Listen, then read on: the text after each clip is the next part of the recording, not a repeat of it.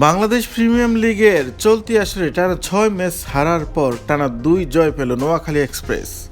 আজ ঢাকা ক্যাপিটালসকে ৪১ রানে হারায় নোয়াখালী।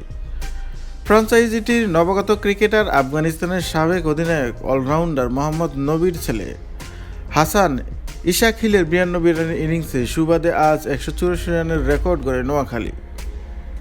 ইশাকিল বিপিএলে অভিষেক ম্যাচে দুর্দান্ত ব্যাটিং করেন। উদ্বোধনী জুটিতে সৌম্য সরকারের সঙ্গে ১০১ রানের রেকর্ড জুটি গড়েন। রোববার সিলেট আন্তর্জাতিক ক্রিকেট স্টেডিয়ামে নির্ধারিত ২০ ওভারে ৭ উইকেট হারিয়ে ১৮৪ রান করে নোয়াখালী। বিপিএলের ইতিহাসে এটি তাদের দলীয় সর্বোচ্চ। ফ্র্যাঞ্চাইজি ক্রিকেটে প্রথমবার বাবা ছেলেকে একাদশ দেখল ক্রিকেট বিশ্ব। বিপিএলে অভিষেক ম্যাচে বাবা মোহাম্মদ নবীর হাত থেকেই ক্যাপটা তুলে নেন হাসান ইশাকিল। সিলেট আন্তর্জাতিক ক্রিকেট স্টেডিয়ামে অনুষ্ঠিত ম্যাচের শুরুতে টস জিতে ব্যাট করার সিদ্ধান্ত নেন নোয়াখালী এক্সপ্রেসের অধিনায়ক হায়দার আলী।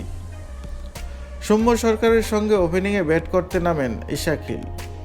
এই দুই ব্যাটসম্যান মিলে দলকে দারুণ সূচনা এনে দেন। উদ্বোধনী জুটিতে আসে ১০১ রান।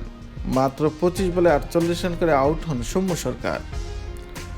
ব্যাট করতে নেমে ছেলে ইশাকিলের সঙ্গে ৫৩ রানের জুটি করেন মোহাম্মদ নবী।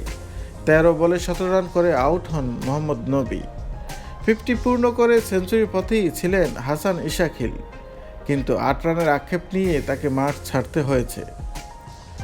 ৬০ বলে ৭টি ৪ আর ৫টি ছক্কার সাহায্যে ৯২ রান করে আউট হন ইশাকিল। টার্গেট তাড়া করতে নেমে ১৮.২ ওভারে ১৪৩ রানে অল আউট হয় ঢাকা। দলের হয়ে সর্বোচ্চ ৩৪ রান করেন মোহাম্মদ সাইফুদ্দিন, ৩৩ রান করেন মোহাম্মদ মিঠুন।